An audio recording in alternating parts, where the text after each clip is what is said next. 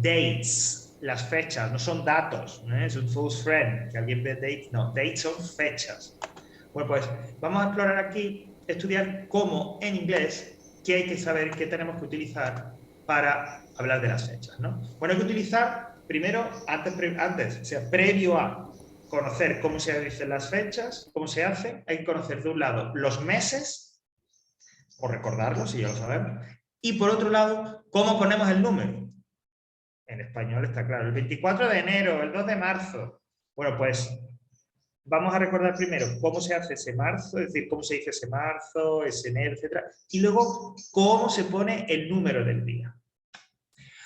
Bueno, los meses, a poco que uno haya estudiado, como digo, inglés anteriormente, pues es un vocabulario básico, ¿no? que se conoce. Salvo quizás bueno, no tanto, el primero y tal, pero son muy parecidos al castellano, ¿no? January, February, March, April, May, June, July, August, September, October, November, December. ¿Okay? Vienen de la misma raíz y no hay mucha diferencia, ¿no? Can you repeat junio y julio, please? June, junio, July, julio. Okay, thank you very June, much. you're welcome.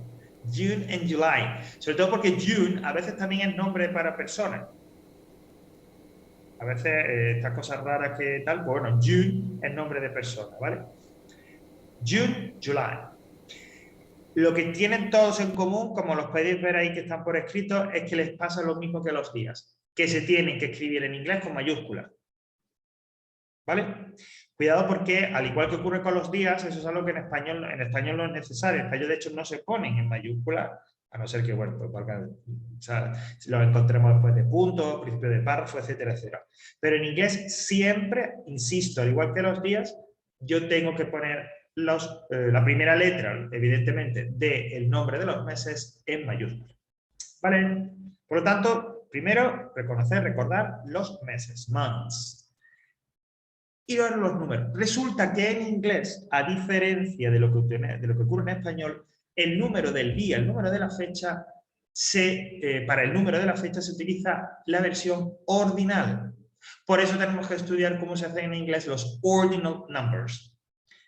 En español, cuando yo digo 24 de marzo, 2 de enero, etc., el número es el número cardinal.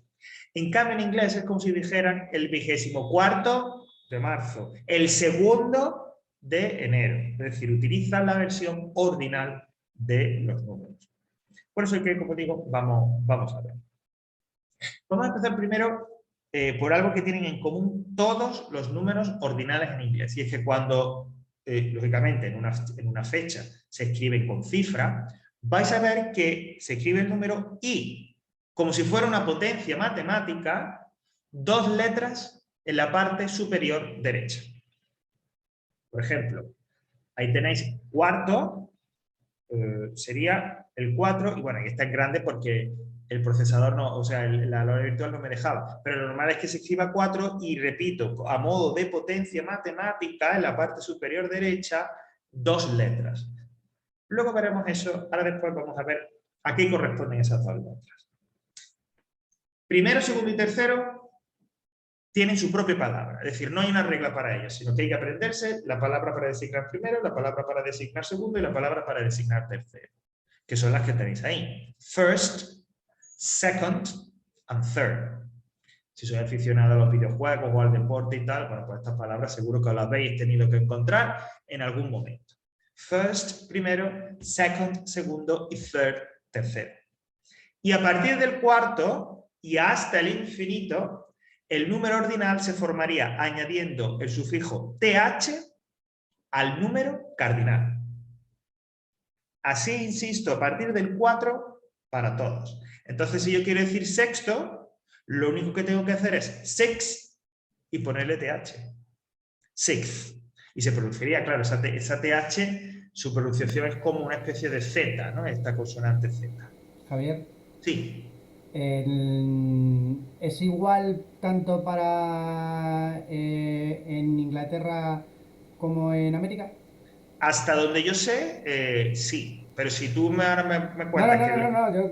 No, que de repente has visto algo diferente, ¿eh? Que a veces, que por eso te lo decía, estadounidenses no hay una diferencia en el uso del ordinal. En Estados Unidos, estoy hablando del ordinal. Luego, cuando veamos lo de la fecha, ahí sí hay diferencia, ahí sí hay un uso diferente. Pero lo que es la formación de los números ordinales, hasta donde yo sé, no. No hay diferencia en cómo se hace en Estados Es que Unidos y ahora, en Inglaterra. hablando así de él, pensando en la Sí, típica frase, el 4 de sí, julio. ahí sí hay diferencia. Pero eso ya cuando formemos la fecha. Ajá. ¿Vale? Sí, porque hay una diferencia en el orden, en cómo se presenta digamos, la versión europea y cómo se presenta en la versión americana. Sí, sí hay diferencia. Vale, vale. ¿Vale?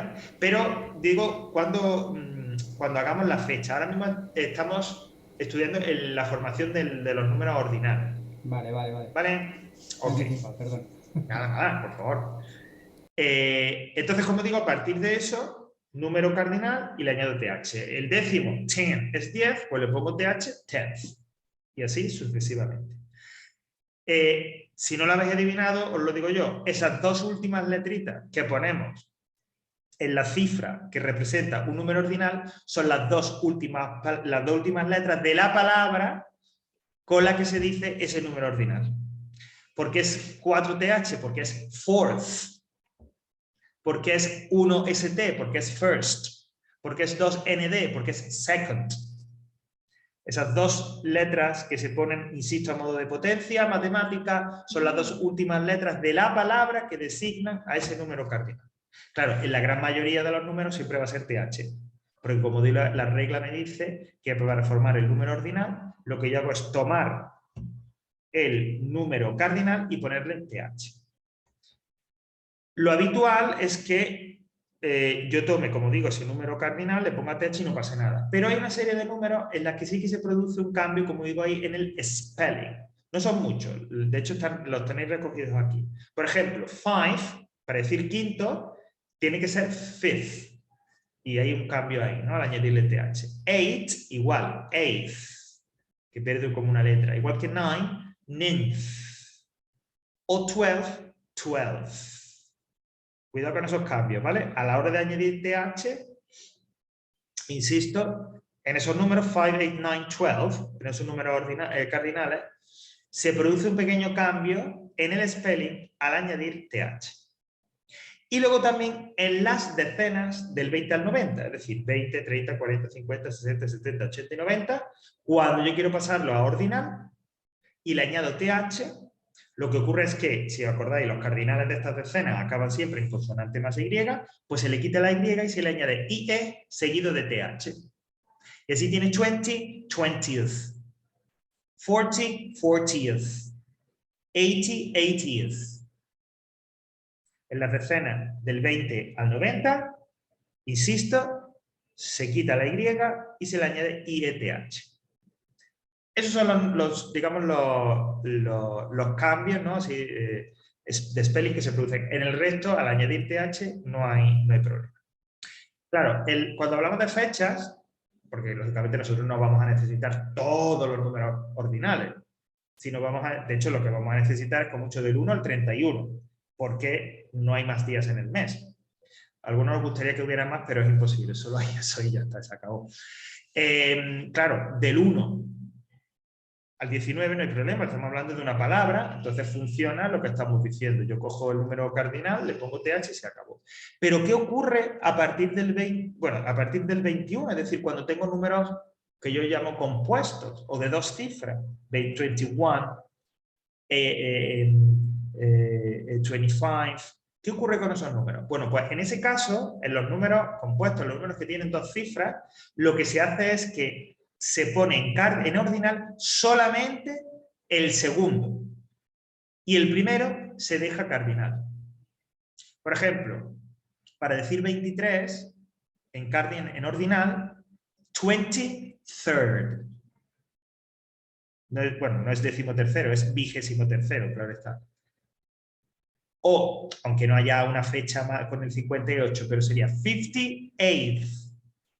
Es decir, cuando tengo números de dos cifras, el que cambia a Ordinal, es decir, al que se le añade TH, es solamente al segundo. La decena se queda igual, se queda en cardinal. ¿Vale? Es importante esto tener en cuenta. Por eso 23rd, el único que cambia es tercero, que es el segundo. El primero 20 se queda exactamente igual. ¿Vale? ¿Questions? Bueno, pues aquí es perfecto para hacer el corte y no quedarnos ahí a la mitad. Y la semana que viene rápidamente vemos cómo estos meses y cómo estos números ordinales se combinan para hacer lo que son para poder expresar las fechas en inglés.